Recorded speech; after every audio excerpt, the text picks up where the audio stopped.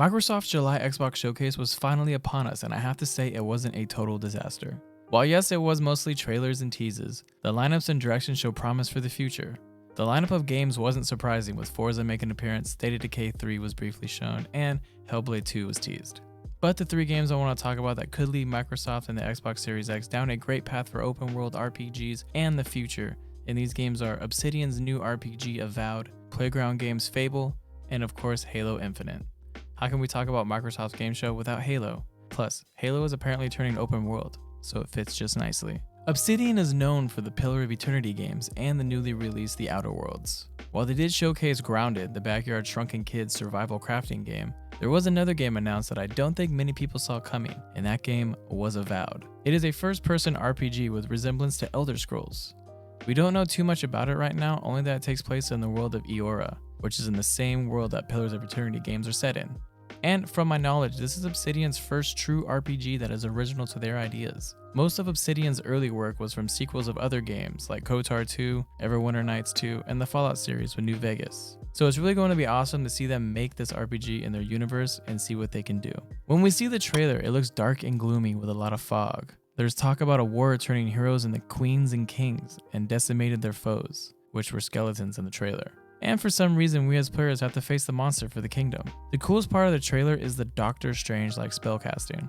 I personally really like how the hand moved and created the spell that was soon to be casted on the huge creature coming from the caves. The sword also looked really cool with the engravings on it. I wish we could have seen some combat, but in time we will. The graphics look really awesome as well, but it's hard to judge from the trailer because obviously it's not in the game engine.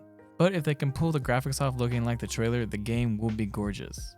And from my guess, I think the Avowed is a sequel to the story and world of Pillars of Eternity. It would give new players easy access into the lore and what's going on, while simultaneously giving veterans something they have never seen in the world. Avowed is one of my most anticipated games coming to the Series X and PC, and I cannot wait to play it. The next game on the list is one that wasn't almost shown at all, and that is Fable. I'm gonna be honest guys, I lost it when the Fable trailer was shown. I believe it's a game that many gamers haven't ever heard of, and I think the style and the humor will really fit in with the times.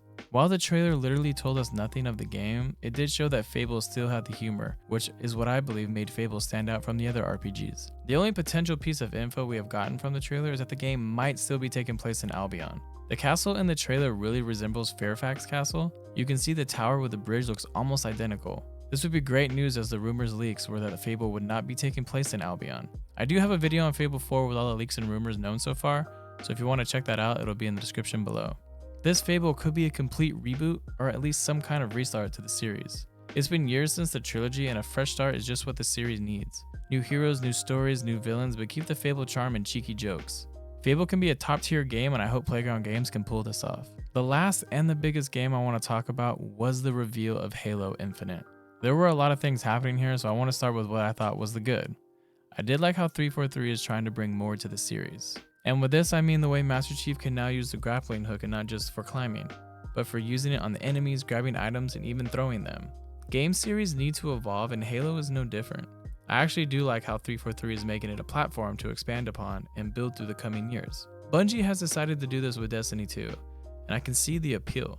You build a base platform with a beginning story and build upon everything through time. I understand this isn't popular with a lot of players because some just want a game that's $70 to have everything in it without continually paying for little upgrades. I'm intrigued to see how Bungie can pull it off starting this year with Beyond Light, and if 343 is learning from them. If it works out really well, we could see this type of game building more in the future. I think it can offer a lot to the players. A world that is continually evolving all the time while you play with added stories is something that's really intriguing and can be good. The issue is what gets added and how much, and this being a newer style might have some new learning curve for everybody. I just hope that players don't shoot it down before trying.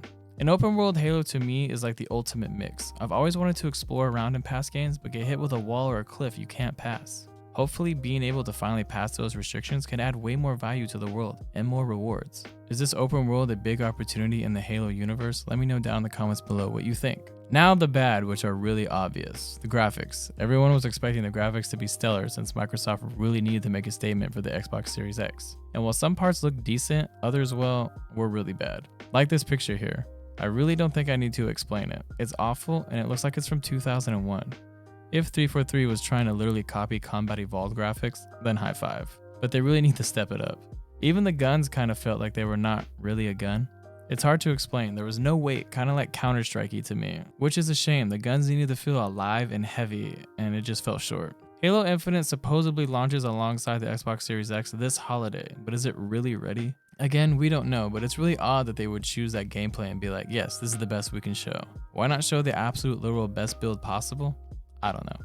I know Microsoft is going another direction with no next-gen console exclusives, and Game Pass is the future, which I'll be doing a video on talking about that, so sub if you want to keep up with the news. But Halo is or was Xbox flagship's game. I still have hope for it though. I'm hoping 343 will redeem with a better showing in August, especially since that should be the time pre-orders come up. An open world Halo can really be something great. Exploring the world of Halo with little restrictions has always been a dream, and it can now be possible. These 3 games set a very good precedent for open world games and RPGs for Microsoft's future. They are bringing back a beloved RPG in Fable, they have an original RPG in Avowed, and they could potentially turn its prime icon into an open world game. If they can really pull off all these games for this genre, it will be amazing and the future will be bright. If you enjoyed this video and want to see more, click on one of the videos coming up on the screen or in the description below. Drop a sub if you want to stay updated on any of these games and more in the future, and until next time, peace.